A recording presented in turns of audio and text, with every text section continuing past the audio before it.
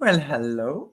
How are you, everybody? Welcome to Solutions with Aquarius Rising Africa. And of course, I have beautiful Brice with me. How are you, Bricey Boo?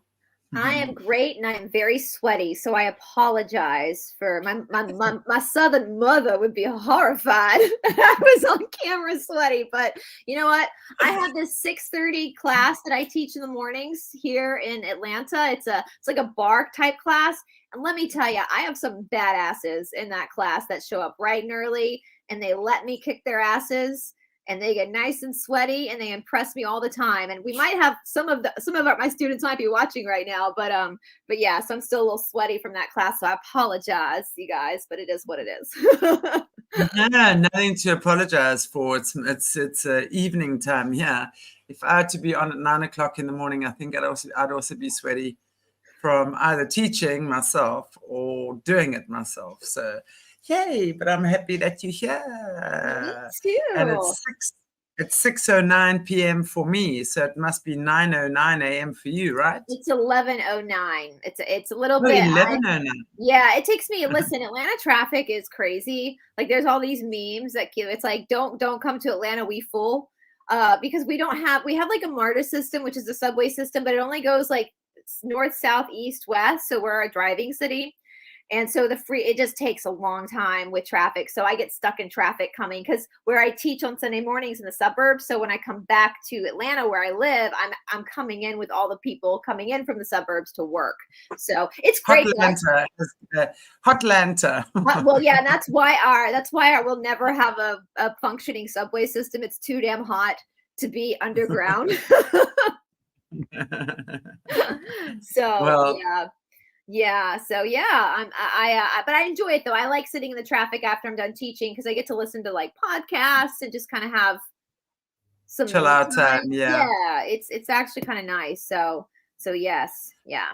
Well, it's certainly chill out time now because we are heading for Christmas. And in fact, we were just having quite an interesting show with Jesse earlier on Christmas and the dark side of Christmas and those crazy things that happen, like Krampus and Co. I know you know about Krampus as well. So Mhm. it's just a crazy time in the world, right? With a lot of people being very happy at this time and a lot of people being very sad as well. So yeah. Yeah. Yeah, it's interesting. When I was a little kid, I loved Santa, of course, loved Santa Claus. I never thought twice about some man breaking and entering into your house. He's bringing me toys. But my sister was born on Christmas Day, you guys. Like, I still tell her she owes me. Like, karmically, she owes me for a Christmas because I was 3. I was about to turn 4 when she was born. She was not, she was due in January, like the first part of January. She came early. And I remember walking out into the living room and I saw like a Barbie house and some toys. And before I could even go and see my toys, I remember my dad picking me up and like carrying me to the car because my mother's water had broken. And I had to spend that Christmas. They didn't have a babysitter for me because my sister wasn't due until the early part of January. So none of my mother's sisters were available because they lived in a different town, my grandparents. And so I had to go to the hospital for my sister to be born. And I will never, I mean, it's probably one of my first memories is seeing her when she came out of the womb and seeing like all the stuff all over her that babies have on them when they come out and thinking, gross. Just thinking gross. Like, And I think I might have some issues with my sister as well. gross. I had issues with my brother anyway because he was like, I mean, I think I was 9 months old and my mom fell pregnant with my brother. So I do believe I was probably 18 months old, round about there when he was born. But I remember not being very happy with him as a kid. I used to like beat up on him at every opportunity I could get. I liked my baby brother; he was cool. The little one, he was cool. But the others, nah, not so much. I love my sister. My sister turned into a really cool person. But my mom said a couple weeks into my sister being home from the hospital, I told her, I go, you can bring her back now. Take her back now. Yeah, you'd finally accepted her. Yeah, nice to see you guys in the chat. Jessica, Sasha, Caleb, with the ladies again. All the Caleb, are ladies. you a thorn amongst the roses or a rose amongst the thorns? Jessica, Charmaine, Miss Fiji, nice to see you all. on our chat. We're just going to be chatting about random things. It's always nice just to catch up with random things as well. But one of the things you were actually talking about off air, which is super interesting, speaking about babies and birthing and all of these things, was the fact that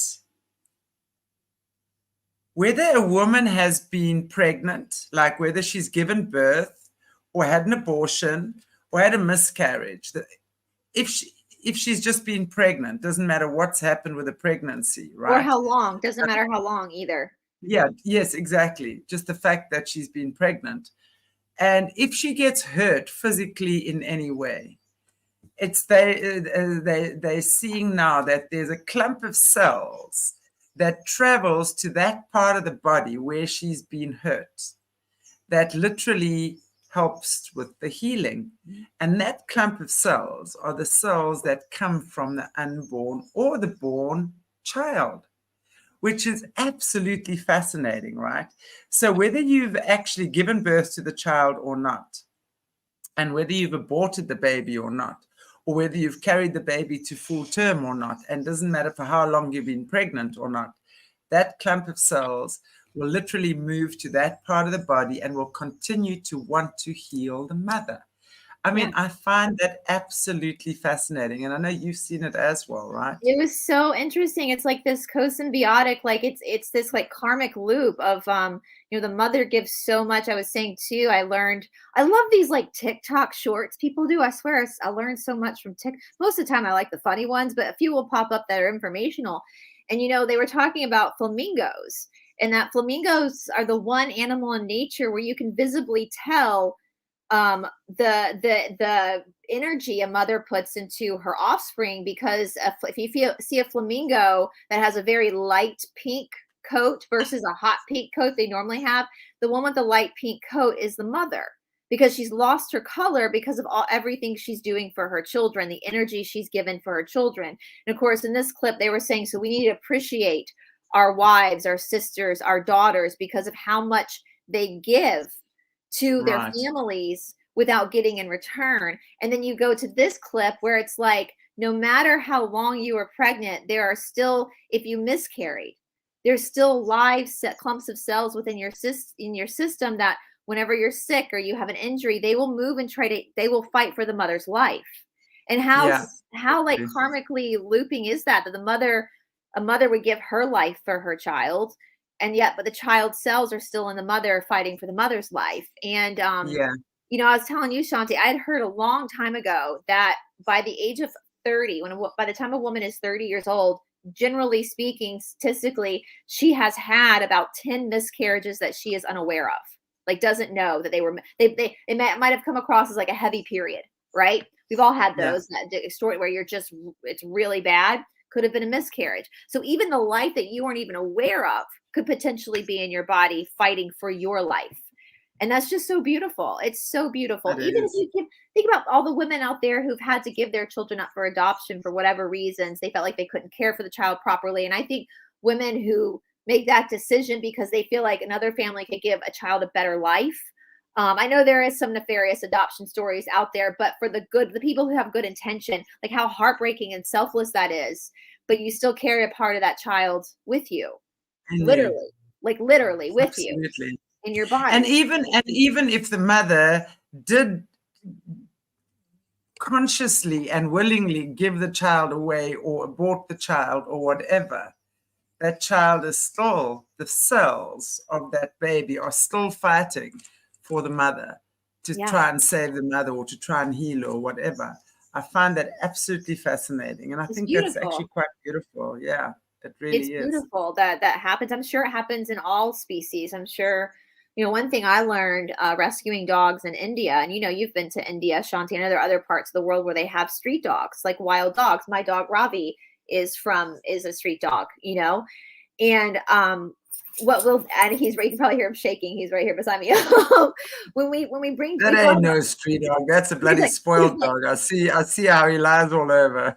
He's got clothes down. He's like, listen, that wasn't my karma this life. My karma was not to live on the streets this life. Get it right. So there's a vet we work with, because when we bring dogs back to the United States, the only countries that will really take them in are Canada and the United States without quarantine. They'll just come on in. And there's a veterinarian we work with in India, and we don't touch the dogs who are happy. Like the dogs who are on really good streets where the people take care of them and they're free and they're happy, we leave those dogs because they're fine. The ones in bad neighborhoods and bad situations, those are the ones that we will take and bring to families. And there was this one trip we had this mom and her 4 puppies. And if you in India for monsoon season, they have these really deep ditches on the side of the road. They're real deep, and it's for the monsoon season. But when the puppies are born, it's typically not monsoon season. So the clever mothers will have their puppies in these ditches because the puppies can't get out of them. So it's like a little playpen. And we were going to take this mom and her 4 puppies back to the United States. And we were getting concerned at one point that the puppies were getting bigger and that the mother would eventually leave them. We just assumed that's kind of how we've been taught happens in the wild here in America. And the vet kind of looked at us, and the vet was like, "Mother dogs don't leave their puppies." They don't. Like, what? They go, "No." Every time puppies are born and they're taken away from the mother to give out, that mother mourns the loss of her puppy. Totally. But cats are as well. Cats are the same. It's just wild. And well, this mother and her 4 puppies, they all live in Pennsylvania and Ohio. And so every few months, the people that adopted them, the families, will bring all the dogs together so they can see each other. And so the mother, and listen, that mother, she was tiny because she was on the streets, and her offspring now, her puppies are big dogs now. They've been healthy, and they see their mother and they still submit. They run to her and they still submit to her, and she'll clean them. Wow. She'll lick them clean still. So it just shows you like how powerful. And we were talking offline about this whole like stuff that's going on in our world right now with gender and trying to like take that away, like calling women like birthing people or chest feeders. Chest feeders. I mean, where on earth do you come across that? And, like, yeah, and just sort of completely minimizing the role of a mother. I mean, honestly, women are miraculous. I mean, imagine growing a baby inside of you. Imagine that. I mean, it is a miracle to be able to do that. Any female species to grow another living being inside of you. And even when you're looking at abortion, I mean, how many of these people at the moment, are absolutely so clueless. They don't see that fetus as a living baby. It's just a clump of cells, according to them. I mean, that is one living baby. It is a baby in formation. And it's like, how do you not understand that? It's just like, where did you get so disconnected from that obvious truth? To me, that is so obvious. It's like, how do you think it's just okay to do that? I mean, they've shown you, when there've been documentaries where women are having abortions and they'll go in with a sucky thing, how that fetus, I've seen that. It's so upsetting. Tries to escape. It's just horrific. It is just so upsetting. Horrific. I can't. Well, they say there's a saying that I heard as a child, and I think it's true. A woman becomes a mother the minute she finds out she's pregnant. A father becomes a father the minute he sees his baby for the first time. It's true. It's true. Not saying that fathers and dads don't get excited about having a child coming, but that feeling of that physical connection. And, I also heard too that babies, when they're born, for the first at least few hours, maybe few days, they typically will look just like the dad. That might change over time, but that nature does that so that the father would know that was his child. Wow. I haven't heard that, I must say. Yeah, I haven't heard that. I must say, from what I've experienced with men, the minute they feel that baby kick, like if the mother says, like, place your hand on my belly or something, or sometimes if they're like lying together and she's lying behind him or something with her pregnant belly and that baby kicks, when he can feel that movement inside of her, often that's when it becomes real for men as well, though, when they actually understand. But, it is when you're actually having that child grow inside of you. It's a very, very different story. It's It's just something. some of my favorite TikToks to watch are the ones with the husbands in the delivery room where the wife's like pushing something the size of a watermelon outside through a hole the size of a pea, and the father's standing there and he just like passes out and it's just like, and I the can't woman's that just happen. doing it. You know, but But my that's just it's amazing that because women again, that's just the hips temporarily dislocating, if you will, the whole pelvic area dislocating, so to speak, to make place for that little thing, that huge head to yeah. get through there. But it's the thing that grows the least, right? On a baby, on a child, on a human's body is the head. So you can imagine that's the first thing that That's comes the out first there. thing. Just clear the way. Clear the way.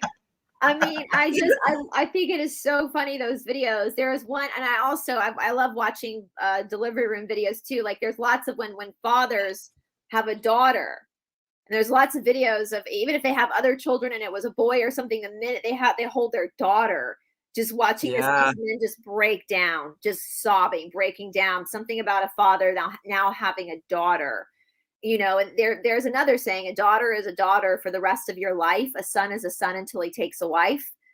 So I think yeah, that male, and I'm feel like a strong independent woman, but I love having that male presence to feel that protection. And I think fathers, girl dads are special dads, that can your son's yeah. a girl Oh, dad, yeah. isn't he?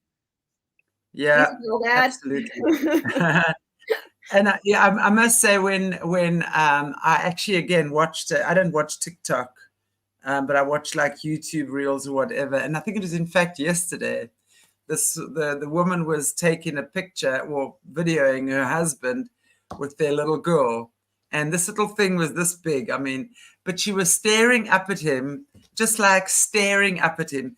He could not look at her without crying. I mean, every time he looked down at this little thing, he just couldn't. I mean, he couldn't even talk. He could not believe this little thing. I mean, from what I remember, he had two sons before that, Yeah. and the little girl just staring up at him with these little eyes and adoration. I mean, his eye, he was just streaming with tears. Yeah, It's look, Caleb. I mean, diaper changing. That's no one's joke. I'll tell you something. Anyone will puke over me. Oh my God. Don't bleed over me, please. I don't even bring me a bloody nose over me.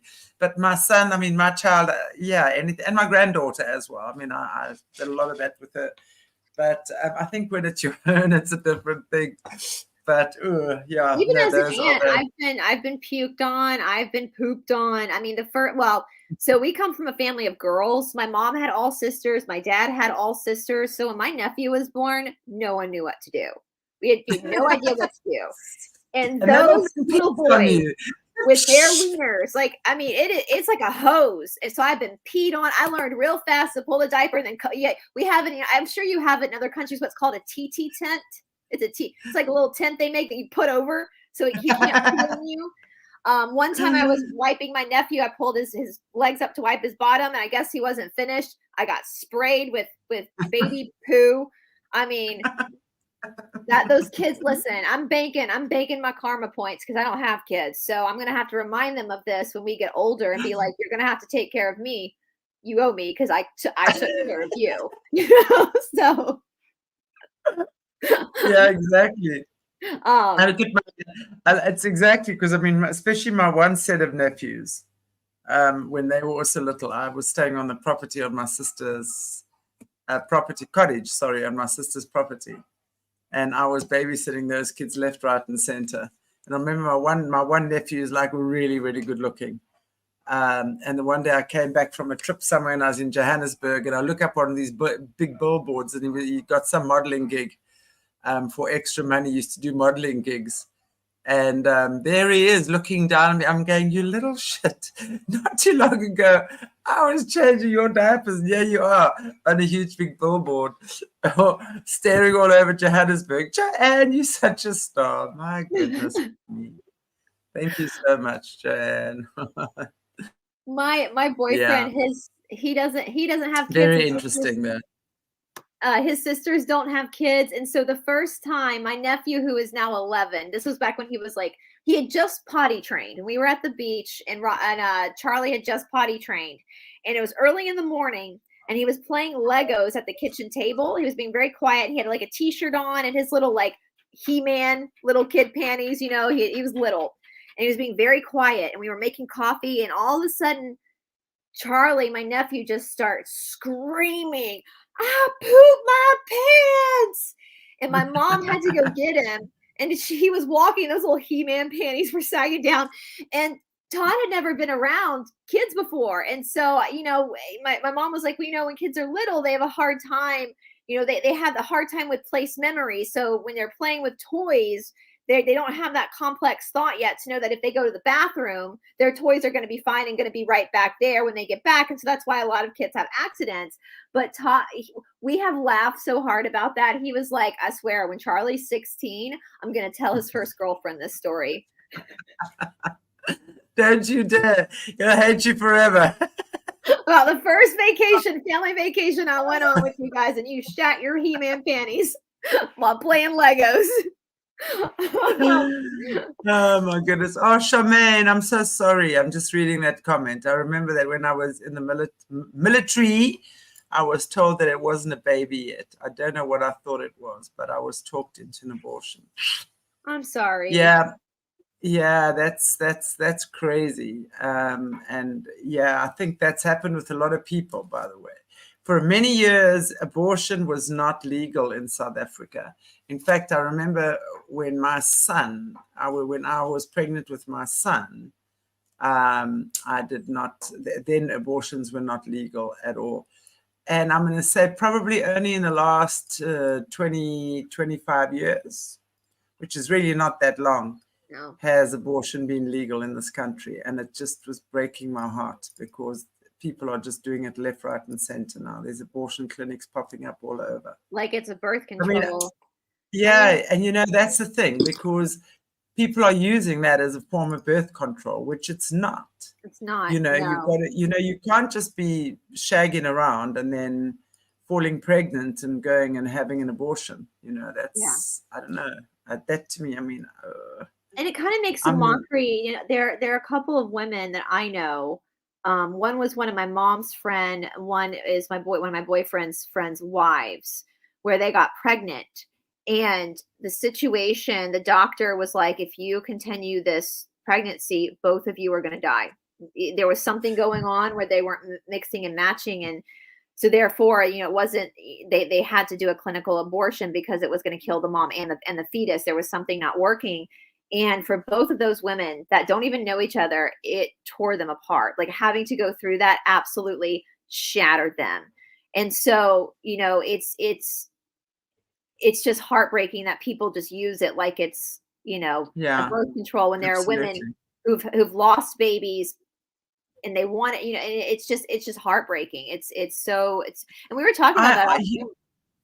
Yeah, and I'm also just liking what you said there, Charmaine. Sorry, thank God I was able to have 5 more live births, and I know God has forgiven me, and I've finally forgiven myself. You see, this is the whole thing about forgiving yourself. Yes, I'm Mary. It is hard to forgive ourselves, and I think, you know, this is the whole thing, is that we've got to learn how to forgive ourselves more than anything. God forgives any indiscretion. We know that. Yeah. Or anything. Nothing is too big for God to forgive. Once we've shown we are sorry and we're regretful and we're willing to change our ways. That's the thing. We're say, sorry, God. You know, it's the same thing. I mean, if Brice, if you and I are friends and I keep messing around with your man and I keep saying, sorry, I'm sorry, I'm sorry, I'm sorry, I won't do it again. I'm sorry, I won't do it again. You know, sorry means 0 then, right? Yeah. But when you actually like, sorry, you mean it, you do whatever you need to do to set things right and to put things in, you know, to get things moving in the right direction, that's when an apology is relevant. Well, I also believe when mistakes are made in your life and you learn from them and it changes you as a person, they're not mistakes anymore. They were, you know, something that experiences. It was wisdom gained. It was wisdom gained. And I remember John Maxwell. I know you guys should probably know who John Maxwell is. I know he's an American. I think he might have passed away now. I think he was a priest or something. Jordan Maxwell? No, John Maxwell. Let me look him up. And What he did had he something do? called Failing Forward. He was some kind of a motivational type speaker guy. I remember that. And he had something called Failing Forward. He always spoke about failing forward. So in other words, when you make mistakes, you've learned from them. Everyone in life has to experience failures or something. I like that. And then Failing from there, forward. I yeah, like that. mm, And that's what gets me absolutely. too. Like when people talk about like Nasara and the med bed, like part of me is like, but what's the point of life? Like the point of us being in these physical bodies is to experience friction and to experience obstacles because that's how, it's like when you have silver and you pull the silver out to polish it, like that's how our soul refines itself. And if so, people are just coming around and giving us an easy fix, then we're going to get trapped in this level Right, of exactly. consciousness because we have no facility within our own lives to actually experience suffering, experience friction, experience wisdom. If someone just, it's like when when someone gives you money versus earning the money yourself, the money you earned yourself, you always value more. You're more careful with Absolutely. it, right? And so Exactly. that's another problem I have with the whole med bed thing. I'm like, that doesn't make sense to me at all because this life is not supposed to be permanent. And our body, it's like we're in an amusement park and we pick these rides, these simulated experiences we want in order to have that simulated experience. But our soul knows that it's not going to be forever. And our soul is okay with that. But to keep us Right. here locked in that same ride, there's no evolution, there's no growth in consciousness. And I like the body I'm in, I like the life I have, but that doesn't mean my next life isn't going to be even more fantastic. It's not Exactly. it's not permanent. Exactly. It's not supposed to be. Exactly. And I do think, as we become more conscious, we live longer. We're not going to have, like, if we go back into Yegon yonder years, right? They live to be much, much older. And I do believe that is available to Yeah, us, yeah, yeah. and I'm pretty sure that this is all the dark ones and the controllers and their nefarious ways, as they've dumbed us down, given us this crazy crap food to eat. That has definitely shortened our lifespan. Yeah. But I These think things. when we, Yeah, yeah, yeah, absolutely. And I yeah. think when we are certainly in a place where we realize how amazing our bodies are. I always say your body is a manifestation of your spirit. It is your Oh spirit yeah, it's the in Shakti. It's the physical form. expression of the soul. Yeah. Perfect. It's And when we carry no, on, so go ahead. Sorry, go ahead. no, go for it, Brice. Well, to piggyback on what you said about food, I actually another TikTok I was watching. Now, do you guys have the drink Red Bull in South Oh Africa? yes, there's Disgusting. no ways I'll drink it. Oh, it's It's disgusting. disgusting. But there was a clip of a nurse doing it, a urine sample from someone who had just drank a Red Bull. And after the sample was done, it showed up for cocaine, methamphetamine, like all these simulated drugs within the system. And what's crazy is like I went to the grocery store the other day and I was telling my boyfriend all of these like stuff was locked up. Like you had to get a sales assistant to come out and like that's happening in America because people are getting robbed. But the cheaper food is the food that has all the chemicals in it. Yeah, The exactly. organic food is like soup, which doesn't make sense because the chemically altered foods are gonna take more labor to produce than the organic foods. But yeah, I agree with you. I think we can live longer, just not forever, until we Yeah. get a new body, No, yeah, I don't think that, and I really think we also get to choose when we leave, Yeah. because as we grow in consciousness, firstly, I think us humans eat way too much. Yep. We Absolutely. definitely eat way too much, and we eat way too much of the wrong things, right? And I think when we start realizing, I want to say, the nutrition of the soul or the nutrition of the spirit, right? We need less and less. So our consciousness elevates more and more. And we become a much more expanded consciousness. Our vibration increases. Everything becomes lighter. You need less food. You Yep. need less water. You need less energy from food that you're consuming. You rely more on your spirit, on your soul. And therefore, then you live longer, you're more healthy, you have your teeth, you don't need dentists, you don't need doctors. honestly, I think we've really, it's the more I understand what's happened on this earth. We're living in a fallen universe. Literally, we've fallen, and it's like we're clambering our way up from the pits of hell again. Seriously, that's truly what I think. Yeah. And I think we've had to go back to basics. You know, when you're looking, there's a book by Barbara Marciniak called Earth. It's just called Earth. I might have that She's book.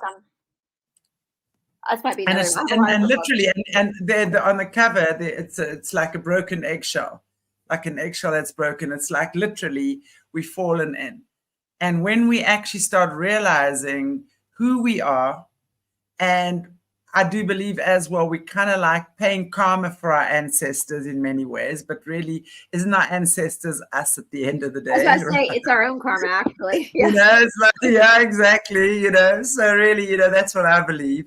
And when we start realizing this more and more, we start taking more and more responsibility for what we're putting into the world, and therefore what we're getting out at the same time. And then we start reclaiming our power. And it's not power, it's power. You know, the heart vibration. You know, the true power lies in kindness. True power lies in forgiveness. True power lies in compassion. It's the emotions that are powerful, not the actions. And that's why the Luciferians have indoctrinated everyone. Again, we know this, inverted everything, and we've been indoctrinated with that. So therefore, when you're looking at the Luciferian culture, it's all about, as you know, service to self. Yeah. You don't give a shit about anyone else and what their needs are. It's all about you and how that person or that being can serve you in that moment. And it's, you know, and it's really just about understanding when we get beyond that, it's we are one. We are just one. God is the sun and we are the rays. Each one of us is a ray of God's light, and we're all driven by the same centrifugal force, created by the same energy, and how we choose to use that energy is entirely up to us. I mean, look at the sun. The call it the light side of the sun is the sun that gives life, birth, creation. It's the creative force, right? The dark side of the sun would be hell, the fire and flames and damnations of hell. So the destructive force of the sun. So it's really the same energy, but really used in different ways. So it's up to us. Are you going to burn someone's ass with that torch that you have, or are you going to light the way? It's a simple. What is the choice? Yeah. You can, yeah. Well, it's interesting too. People are showing so many pictures back, you know, how our ancestors, there wasn't really, like, even when I was a kid, there was not a lot of childhood obesity. There might be one chunky kid in your class, but most kids were like in their proper weight range. But now we're seeing, and I've noticed this with doing the Ayurvedic system too. I feel like people overeat because the food we have is not giving the body the nutrients it needs, and so people keep wanting to snack. Whereas exactly. if we ate the proper food, I think a lot of these issues would just go away, because the body has built in it sensors to tell you when it's had enough, to tell you when it's good with energy. But I think we neglect that because we're not getting, the body is not getting the nutrients it needs through this fake food, and so those sensors are out of whack. The stomach feels full, but the nutrients aren't there. And so it's just exactly. If you see someone who's so obese or someone who's starving, it's really, I would say it's pretty much the same thing. Yeah. Because, you know, I mean, when you look at someone who's really so obese and they don't know when to stop eating, what are they feeding? It's like this well on the inside, right? You know, when you look at that as well. I mean, and again, you know, in the times I've worked with people who really have obese, are extremely obese, you'll see there's so many issues they're trying to cover up. There's so much pain that there's so much malfunctioning that's happening within that they're just dousing and numbing with food. Again, then you have someone who, for example, has got bulimia or anorexia or something like that, where they just can't bear the sight of themselves in any event. So they just want to purge and get rid of Narrative. anything. They just want to starve themselves away, basically. They just want to disappear. They just want to disintegrate. They don't have a positive body image whatsoever. Neither does someone who's completely obese, right? So at the end of the day, you know, your body is the manifestation of your spirit. It is your spirit in physical form. And it's the most precious gem you'll ever possess. It really, really is. And the most intelligent gem you'll ever possess. You know, when you're looking at the body, we have around 30 trillion cells in the body. One cell contains enough information to write 1,000 books of 600 pages each. One cell. So when we tune into every cell in the body, we're going to figure out just how intelligent we are. Yeah. And, you know, that is why when you're looking at the brain power, the average human is using between 4 and 10% of your brain power, which means you're using between 4 and 10% of the cellular functioning or ability that the cells can function within the body. So when we start looking at that and you start tuning into growing your own food, right? Organically, naturally. You don't eat the stuff in boxes and cartons. You take away the sweets, the addictive stuff, you know, and you start feeding your body what it needs. You start exercising your body. You start moving your body. You start breathing. You start twisting. You start flexing. You start feeling how amazing it feels to feel in this amazing body of yours. That's why, to me, I absolutely love yoga. Yeah. Yoga for me is really, the word yoga, amongst other things as well, basically translates into a prayer through your body to the divine. Yeah. So it's thank you, God, for this amazing body. Thank you that I can stretch, flex, move, bend, you know, and do what you can. There's nothing better for me to feel healthy and good and strong in my body. I don't need to be doing cartwheels and somersaults and, you know, thankfully I'm naturally flexible, right? So it's, I can jump and run and do things that most women probably half my age have a problem doing. And I look at people, I mean, I was in the pharmacy yesterday looking for a few things, and these people, and I look at them and I'm going, but you chicks are my age. Yeah. Right? They're sitting in the chairs waiting for someone to call them, and they're like getting up, and they're like, I'm going, babe, you need yoga. Yeah. I've got a beginner's class going, come. Of course I don't say it, but it's just like, just to be able to enjoy your body is such a blessing, man. And that feeds your body. I was telling that to my class this morning. Your body wants to move. It wants to like, you know, I always tell my students, like, don't, you know, flexibility is fleeting. The only thing you really need to worry about is flexibility of your organs, because that's your vitality of life. And when you're twisting, not only is it helping the back and the hips, but it's also massaging the organs. Every time you go in a downward facing dog or any type of an inversion, headstand, handstand, you're flipping the organs. And so that's causing them to rest. We call resting the organs. Exactly. And that keeps you young.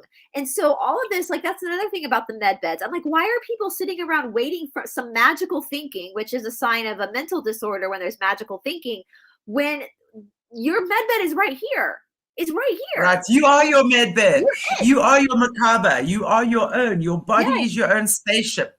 Your body is your spaceship. No one's coming to fetch you. No, it's you, boo. Your body's going to transcend. Yeah, and I want to say to people, like, you claim to believe in a God. Do you really believe a God would put you here without the necessary faculties to do this yourself? Exactly. You know, you have an immune system. You have a nervous system. You have everything. Yeah, exercise in any form sometimes isn't comfortable, but there's a reason for that. There's friction there. That sweat, your skin, speaking of sweat. And it's discipline, right? Because it requires discipline.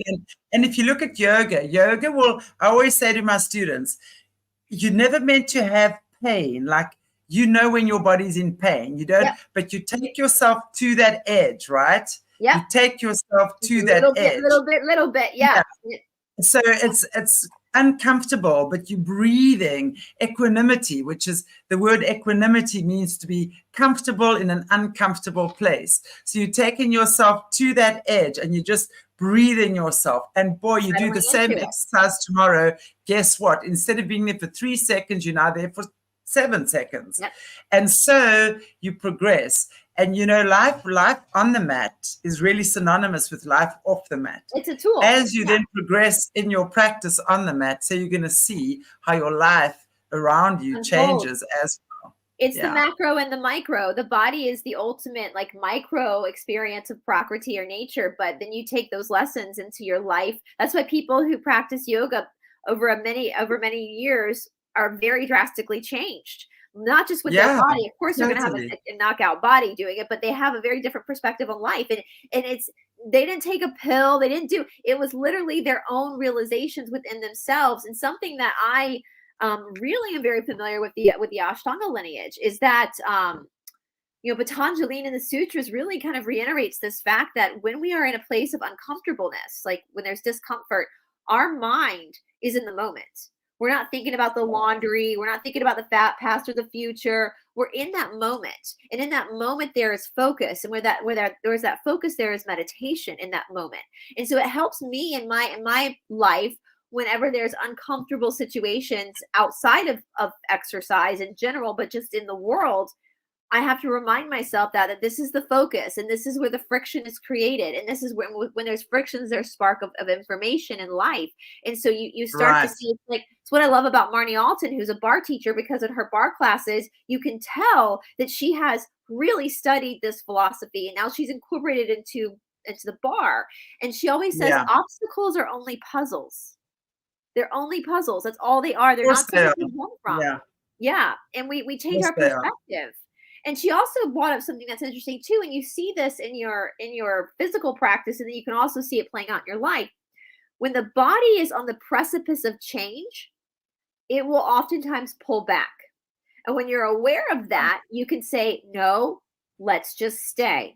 Let's just stay and see what happens. It's almost like the devil the devil you know is better than the devil you don't know. And so you start to see that in your life, like people who self-sabotage. I think we've all self-sabotaged, where we go, oh my God, these opportunities are coming in, and we get this precipice of change. I never have self-sabotaged ever. And then we self-sabotage, you know, because it's that it just goes, well, what, you know, it's like that whole like, well, what if this goes wrong? What if this goes wrong? Well, what if it goes right? You know, instead of worst case scenario, what about best case scenario? And the whole thing is, you know, and I'm seeing, and ladies, I want to just tell you, I'm currently teaching a beginner's classes. My beginner's classes are 8 weeks. So I'm going to start another one early next year again. I'll let you ladies know. It's on Zoom. It's the first time in I've been teaching yoga for more than 10 years now, that I'm actually doing it on Zoom. And it took me a long time to get there, because Brice and I were actually just talking about it the other day, you know, especially when I teach beginners, your foundation poses are so important. And, you know, and I like to be there because you can have someone in your beginner's class who's 25 and athletic, but never done yoga. Then you'll have someone who's 55, who's had 4 kids, very unfit, and 3 grandkids or whatever, also never done yoga. The 2 very different body types. But what I knew I had to do it. I was busy with my yoga practice one morning, and God just said to me, you got to start teaching beginner yoga again. And in that moment I did, and I'm now doing 2 classes. And what I do is it's 8 weeks, right? And I'll start you with 6 beginner. And there's, you know, in the Hatha, which is, I teach the Hatha, the Shivananda tradition, and it's called the Rishikesh class. And basically there's the 12 core postures of yoga. So I start with, I think the first 4 or 5, and then every week we introduce more postures, which is absolutely amazing.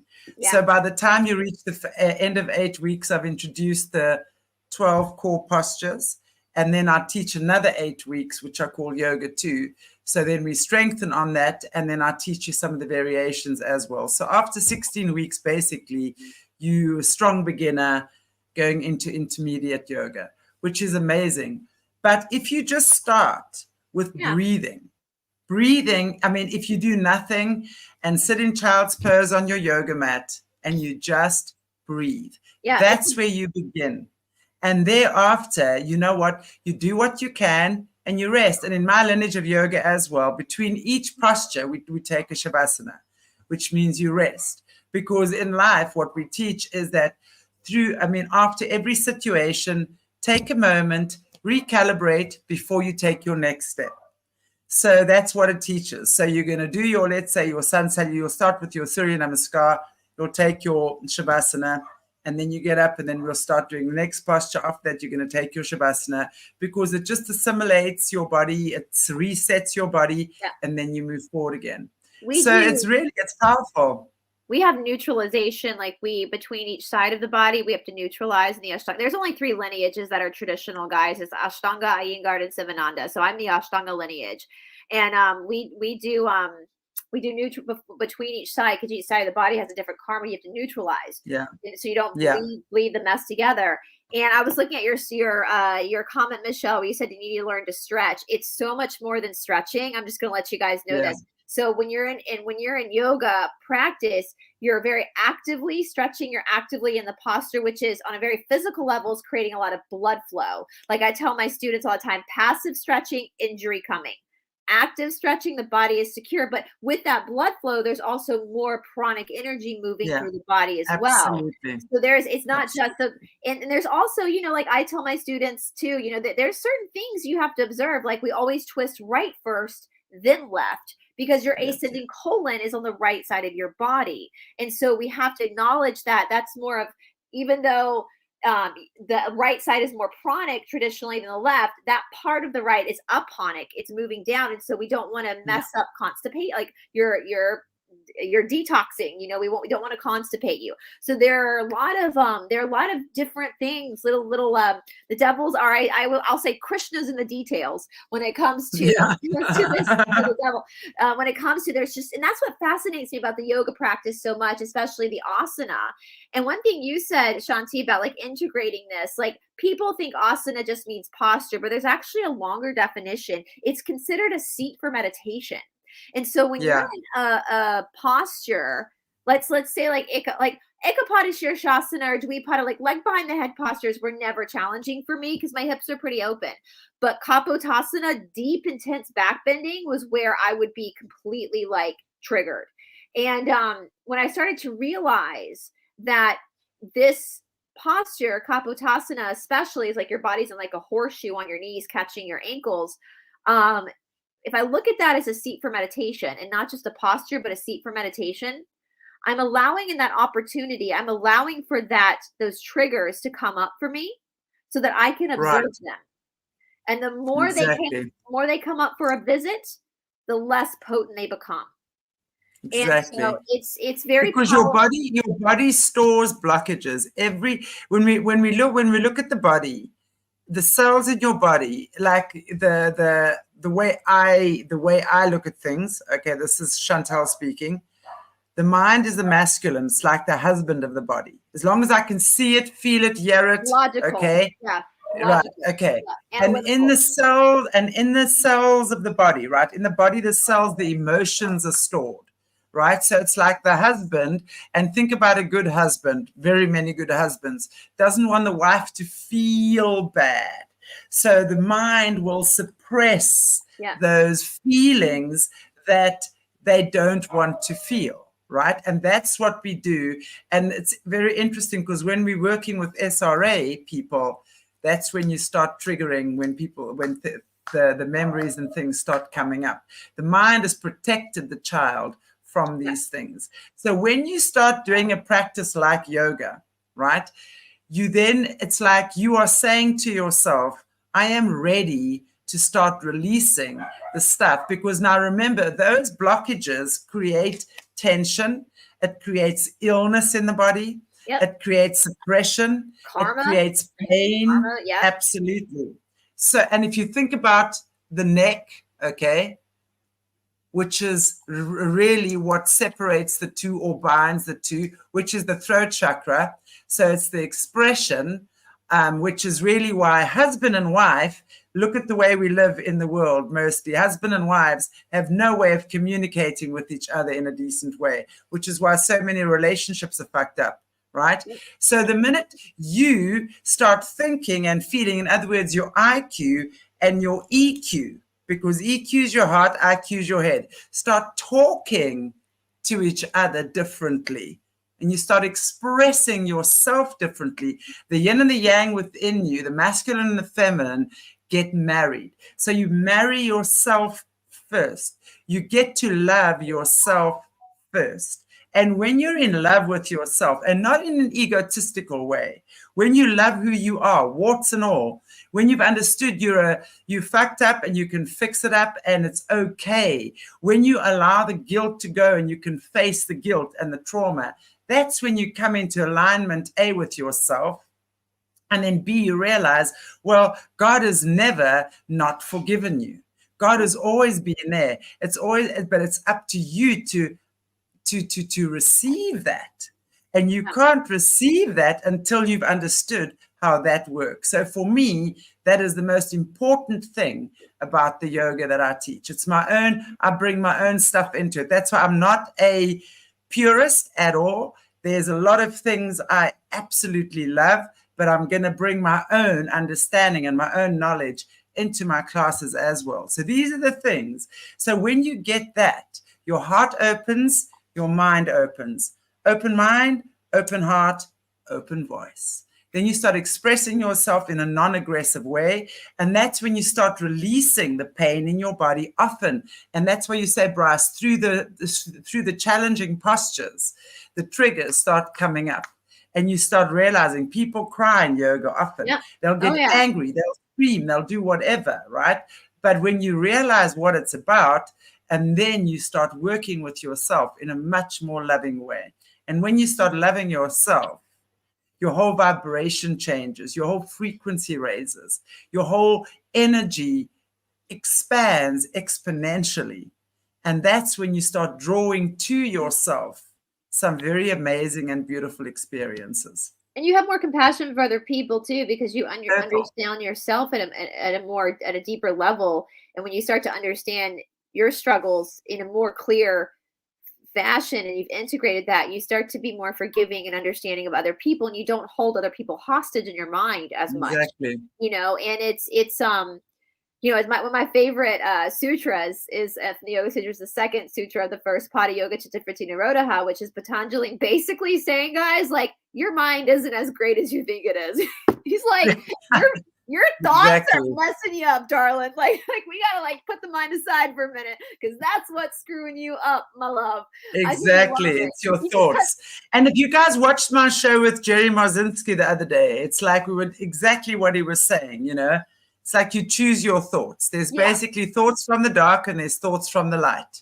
Right. And those, and like he was talking about these guys, the schizophrenics, and also if you're listening to Caleb Jade shows, he'll tell you exactly what was happening with these guys that really have schizophrenia. It's entities, right? Yeah. Oh, I believe that. I believe that. And those entities make you believe that is you. That's their whole objective. They want you to believe that is you. So they're going to stay with you all that time. Whittling but you down. The minute you start realizing these things, and as your vibration lifts, these lower entities can't hold on to you anymore. Nope. It's like you leave them behind. Then you only have space for God's voice inside of you. You know, you only have space to listen to God. Truly, there's only space for that. And that's a process to get there, though. That is really a process to get there. That makes more sense. Like the Nirodha. So people will mistranslate actually that second sutra, Yoga Chittavriti Nirodha. Many people mistranslate it and say it's just silencing the mind, but that's not what Nirodha means. Nirodha means nothingness. So it's basically telling you, take the power away from the thoughts. And that's kind of what you're saying. Like the thoughts are going to come, but once you're able to practice observing them, that watcher, that Purusha can just see them for just thoughts. They're not real. All of a sudden they start to lose that power over you. Exactly. That's one of my favorite mottos is don't believe everything you think, you know? Exactly. And especially if it's negative. Yeah, and especially if it's negative. Especially if it's negative. And especially if it tells you you're not good enough, that you're ugly, that you can't do this, and when your anger comes up, you know, when you're trying to move forward in life and you want to achieve better and your anger erupts and it's not you. That is not you. And It's a when routine. and what happens with yoga, you start recognizing Yeah. that, because your body starts feeling amazing, honestly. And after a class, you're laying in shavasana at the end of your class, your cells are vibrating, energy is moving, you feel freaking fantastic. You really Everything's do. released. It's all Yeah. So, released. So any tension, and that's the thing too. It's like you're unpacking, and so there's nothing for these dark things to really hold on to. And that's, I always say, like, watch the negotiations of your mind, because this yeah. darkness is going to want to hang on, and so your mind will start negotiating with you.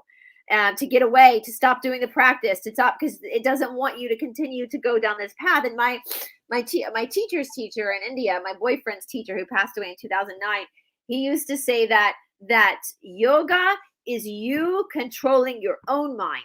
So Oh, what a yeah. great antidote for what's going on in the world around us. And when 2020 happened, it really showed you. I mean, I know, Shanti, we've talked about this off screen. People not in the yoga world might not know this, but for us, it really showed us who's been truly practicing yoga all these years and who's just been messing around on their mat.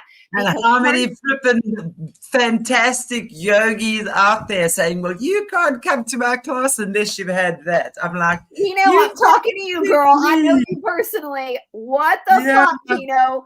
And that's what, because part of yoga is learning to see the truth through the illusion.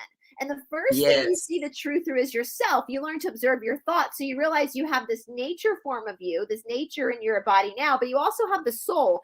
And the two are coexisting in this experience, but you learn to differentiate between the two.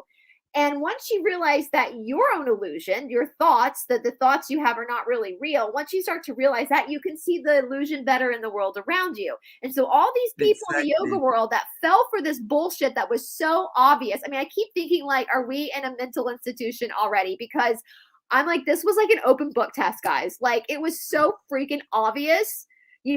I saw this clip where someone was like, so how long have you been a conspiracy theorist? And the guy was like, I don't know. I've just been watching. I'm just aware. Like, I've just been watching. Like, is it I mean, I've just been kind of watching. Like, and that's one thing my boyfriend said, wow, you can really separate now who has really been doing the work, like really been taking their practice seriously and observing themselves, and who has just been doing the practice to post pictures on Instagram.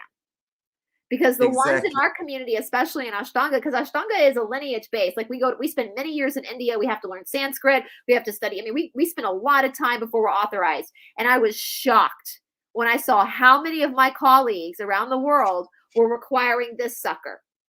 I mean, they tried to cancel us. They tried to cancel us because we didn't require this. We'll never require. No, we'll never. That's stupid. That we're never going to require that.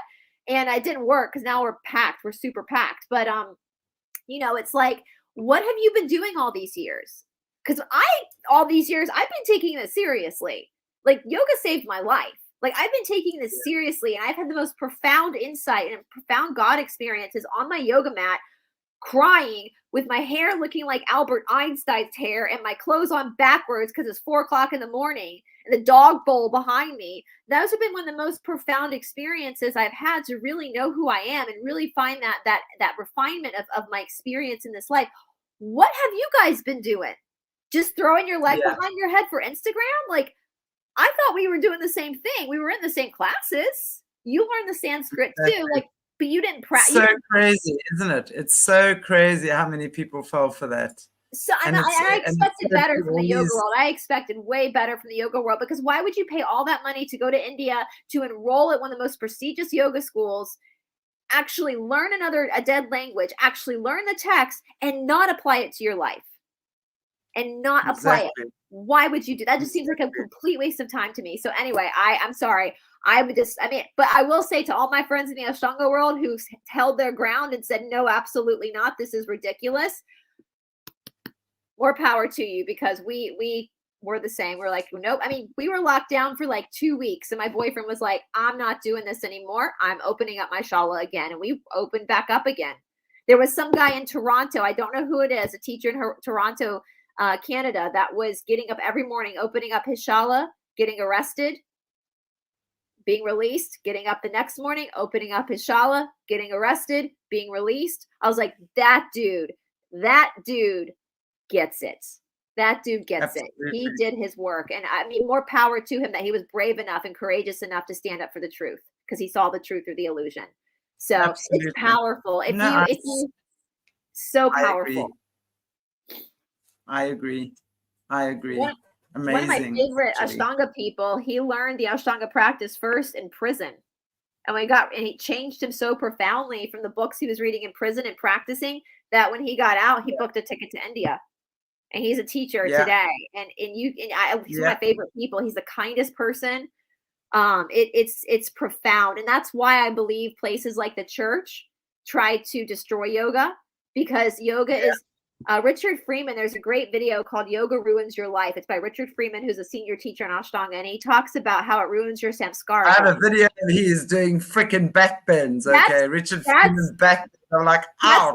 That's what our Mysore. That's what I do every day. That's what our Mysore classes look like, and that's a typical average everyday Mysore class in Ashtanga. But he talks about how it ruins your samskaric life, which is your life in the world. Like, you're not a materialistic person anymore. You don't really have a fashion sense anymore because you want to be comfortable. And he says something interesting about yoga. He says, you don't even take a religious extremes anymore because you're finding in the practice that which people seek in religion. You're finding that in that practice. You're experiencing that in that practice. And that's why I think a lot of religions want to get rid of it, because they don't want you to be self-sufficient. They don't want you to realize that God exists within you, not within the temple. You are the temple. Exactly. You are the temple. Your body is and my body's a temple and an amusement park. So I will just have fun. My body's a haunted house sometimes. That's okay. Funny. Well, hello, Forgotten Palace. We're about to probably end our podcast now anyway. But hey, thank you so much for joining us. Hopefully, we inspire people to start checking it. I have on my channel, I have a video of sun salutations. That's a great place to start. That's where you always start. Surya Namaskar. I have a Surya Namaskar A, Surya Namaskar B. Just to kind of get started and let it be. I tell my students all the time, ugly yoga is the best yoga. When someone's practice gets too pretty, it's time to push them further. Embrace the wobbly. You don't want to be running down to Lululemon to get your funky yoga pants or whatever it is. I mean, if you like them, fine, but that's really not what yoga is about. It really isn't. And in fact, when you're doing the true proper practices, you're not wearing yoga pants. You are wearing big cotton ugly t-shirts. I will tell you though, you don't show any part of your anatomy actually. Well, there was this one day in India. We're in India and I'm in a big lead class. Usually it's Mysore style, so people like you see in that video. But in lead class, we do once a week on the Vinyat Ekam, inhale, dway on the Sanskrit count. And my teacher stopped. There's 80 people in the room, and my teacher stopped the class. He goes, "Why does everyone have horseshoes on their pants?" Horseshoes on their, he said, trousers from Lululemon. Lululemon, like. Oh my God. Okay. He goes, why does everyone have horseshoes on their?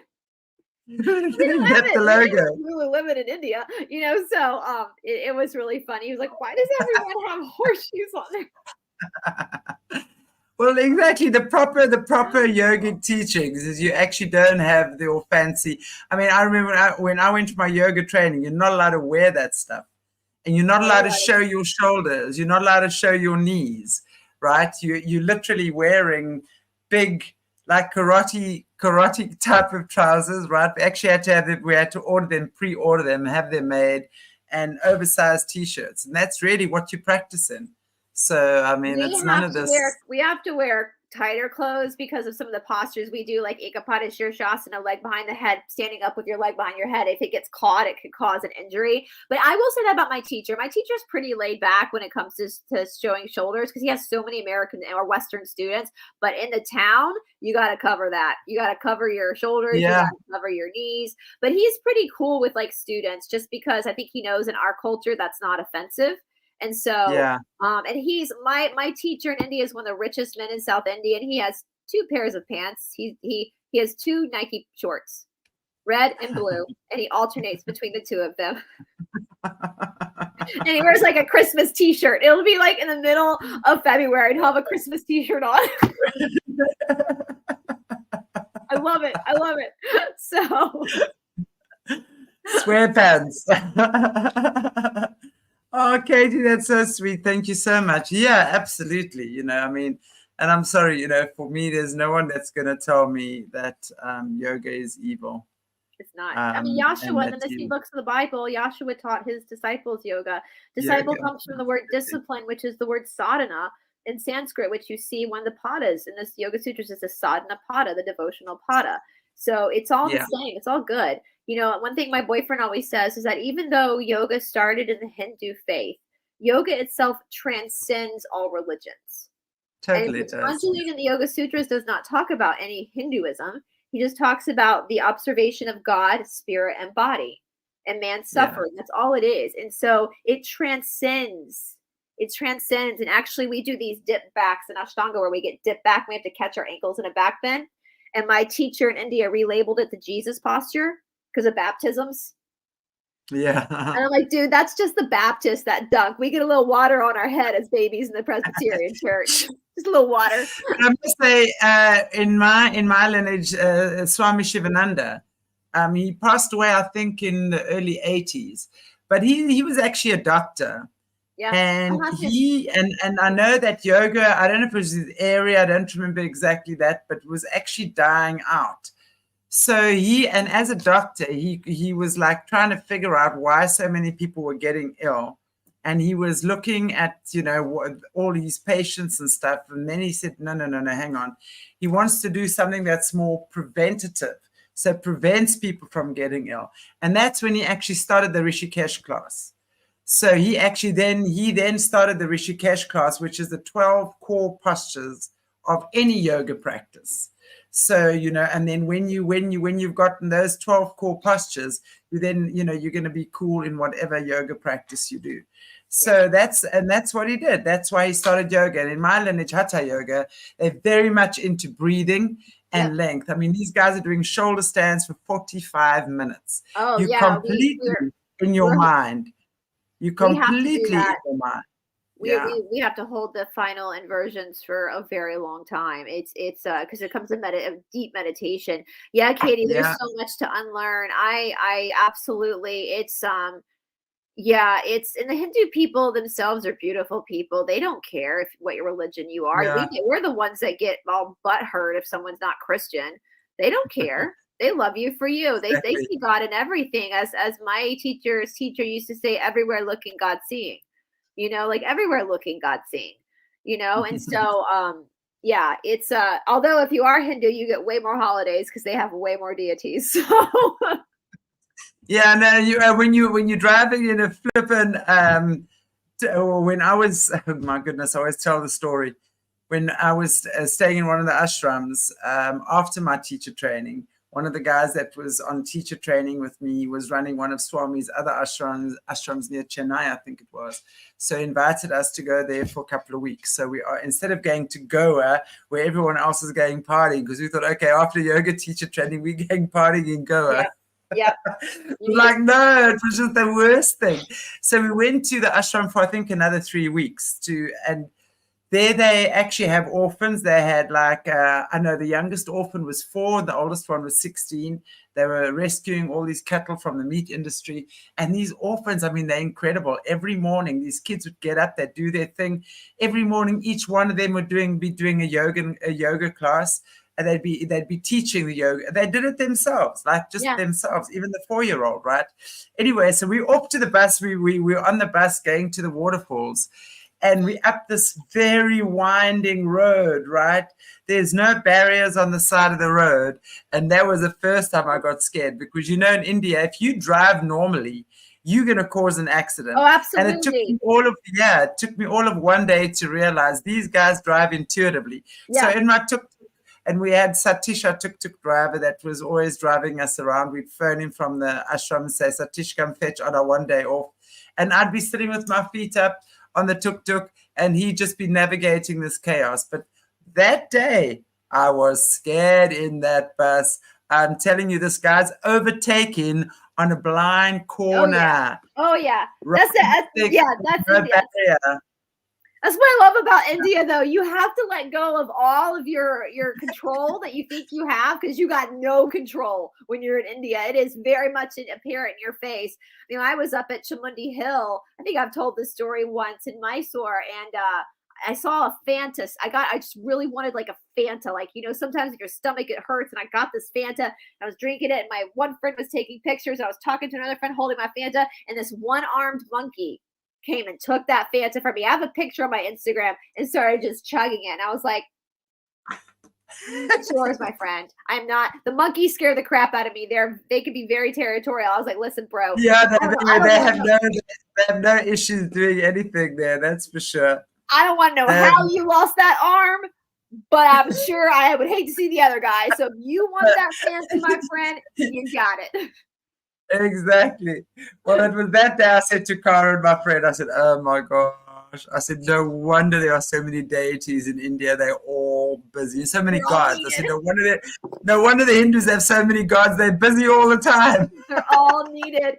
I mean, and the best, you guys, if you're like a marijuana lover, if you're there for Shivaratri, you won't have to buy anything. You'll just be secondhand high the whole time, because that's all. Shiva was a pot smoker, and so that's the whole Shivaratri. Everyone gets stoned. Like, I found out I was living in this house. My last trip to India, I was renting a room from what they call the Peak House. This house in Mysore. This older woman, very traditionally India, henna dyed hair, saris every day. She was lovely. She would bring you down. She would do her pujas in the morning. Great. Well, at the end of my trip, I found out, because I would see all my like friends out the window coming to her house and leaving. She was the local pot dealer. We were never offered pot in India, that's for sure. All the time in Mysore. I was like, I freaking love this woman. I was like, she must have known I don't like it, because she never offered it to me. But I mean, literally, I'd watch you. I was like, yeah. I think the potheads, they've all got this kind of like, you know, you have gaydar, the gay people have gaydar. I mean, she had to be 80 years old in her sari every morning with her henna dyed hair. And she was the local, I mean, literally like the local pot dealer. And I was renting a room from her. I literally, I mean, that's my favorite. If when I go back, I want to rent from her again, because that is freaking awesome. Like, girl's got a hustle on the side. Like, she's got a hustle going on the side. Love it. They all know what they're doing, right? Yes. Yeah. Anyway. Oh, wow, guys and girls, thank you so much. It's been so fun. Brice, are we on next Wednesday? I know Monday we're not. I know we're kind of in between holidays. It depends on what you're. Yeah, I'm cool. I'm around. So yeah, if you're around, I'm pretty sure I should be around. I'll let you know if anything comes up that I forgot about or something. But yeah, it's happy. I want to say on camera to my sister, because I learned at a very young age, when I got over hating her for existing, that on Christmas morning, the first thing I would say to her was happy birthday before, because that all the Christmas babies, I know that sucks for you guys, because people will like joint gift a present Christmas and birthday. You don't get your own day. So for all the Christmas babies out there, I feel you, and happy birthday to you guys who have to share that holiday with the rest of the world. So. Well, happy birthday, Merry Christmas, enjoy it. And you know, it's what we were just saying early on in Jesse's show. I know for a lot of people, Christmas is not a nice time because of, especially if you're an SRA survivor. But you know what? Enjoy being with your family, enjoy being with your friends. If you don't enjoy Christmas, enjoy the time that you're on your own. Enjoy, and for those who do enjoy Christmas, have lots of fun. Enjoy your family, enjoy your friends. It's such a multi-dimensional hospital. Listen to me, hospital. We're in a hospital. Earth is just one big hospital. That's what I meant to say, a holiday. I don't even know where a hospital came into that. Where did that even come in? It was like I wasn't even thinking about it. The Earth is a hospital. We're just stuck in the sane asylum part of the wing of the hospital right now. So on our big tour. So I love it. Sharon. Thank you, Sharon. And yes, I'm also going to be doing, by the way, next year against Sharon Spain, thinking of you, we're going to be doing 36, 72, 108 sun salutations again. That's coming up for next year as well. So we're going to be doing the Surya Namaskar challenge. So for those of you wanting to do it, coming up soon, ladies. Coming up soon. And Katie Enjoy sends it. hugs from Wisconsin. Hugs to you guys too. Enjoy your Yeah. holiday. Enjoy Really it. enjoy it. Joanne, thank you so much. Joanne, please email me. I would love to have you on regarding your Joeys that you're looking after. Do you have my email address? I'm just going to put it in here for you, Joanne, as well. Because I would love to arrange with you with Catherine Edwards next year. And then to have you on so we can talk about the Joeys and things that you're looking after. I'd love to have you on and talk about what you're doing with your, I know you're doing a lot with animals and looking after that. So look forward to hearing more about that as well. Cool. Okay, guys and girls, I send you muchas love. Have a beautiful holiday. And then if everything is fine, we're not going to see Brice and I back on Monday. That is Christmas Day. But on Wednesday, today week, we should be back on again. So join us and for some more scandal. We'll be talking about scandalous things. I mean, I don't know what we're going to be talking about, but we just, we just love to. I will find. I still want to do an Elf on the Shelf show where we look at all. We can do the Elf on the Shelf. How about that? We'll do Elf on the Shelf. Right? Next Wednesday, if your kids happen to be listening to our shows, maybe not next Wednesday, because we want to talk about, for all of our non-Americans who don't know what Elf on the Shelf is, we're going to show. I'm going to find some pictures. I sent Shanti a video of a father that got drawn on by his elf. That was so funny. That is so funny. I mean, how fun is a mother to be able, like, you know what? You pissed me off last night, so Jebediah the elf is going to play a little prank on you and draw. And the kid Sparkle. The elf's name was Sparkle. Having fun this morning, and the little girl, the dad's like tattooed and tough. The little girl's like, "Daddy, the elf drew on you." And he gets up out of bed, and he's got marker, and he looks at the light. He's like, "Oh, did Sparkles draw on me last night? Sure hope Sparkles doesn't go home tonight." No wieners, Caleb, no wieners. Oh my gosh, yeah, that was probably the most traumatizing thing I ever saw. That wiener in a jar. I told you guys, Shanti's going to need to print that picture and frame it in her house just so she remembers the epic episode of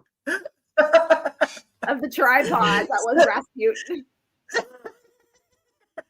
That thing should be in Ripley's Believe It or Not. I mean, yeah, it probably is. It probably is in Ripley's Believe It or Not. Erotic museum of Moscow. We're not talking wieners next week. Are you?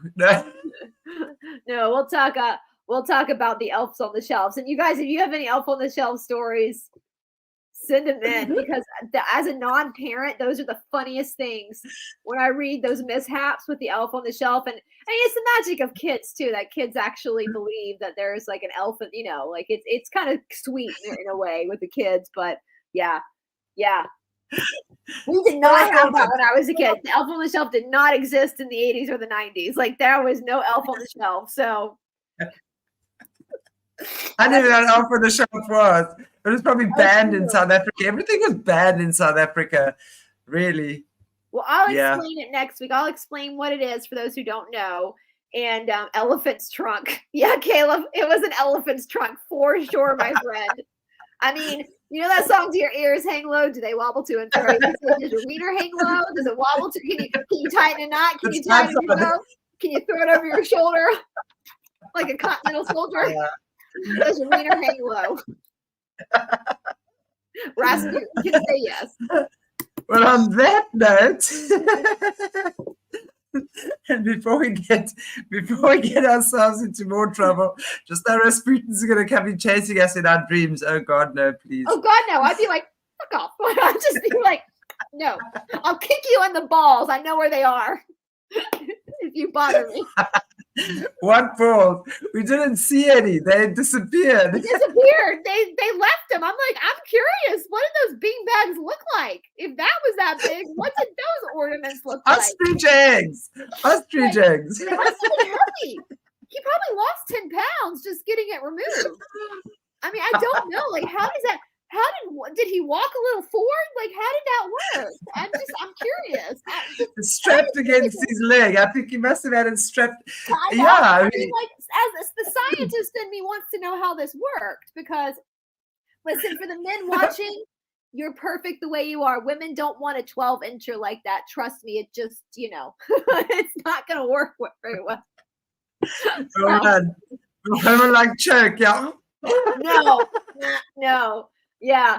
Pants need 3 legs, Katie. You needed an extra pant hole for trouser leg for his pants. No, Rasputin's got it way too much airtime. What if you need cheering up on Christmas? Go back and rewatch that episode. At least you're not Rasputin. Let's just put it that way. And every time you hear us talk about say the word wiener, you got to play a drinking game. You'll be seriously drunk. We passed out for like a week. Lovely. Okay, everybody. God bless you all. Take good care of yourselves, and we'll see you back next week. Same place, same time. And now let me put on. Cheers, everybody. And again, thank you so much to all our beautiful Patreons. Without you, this channel could not exist. Love you madly. Bye-bye.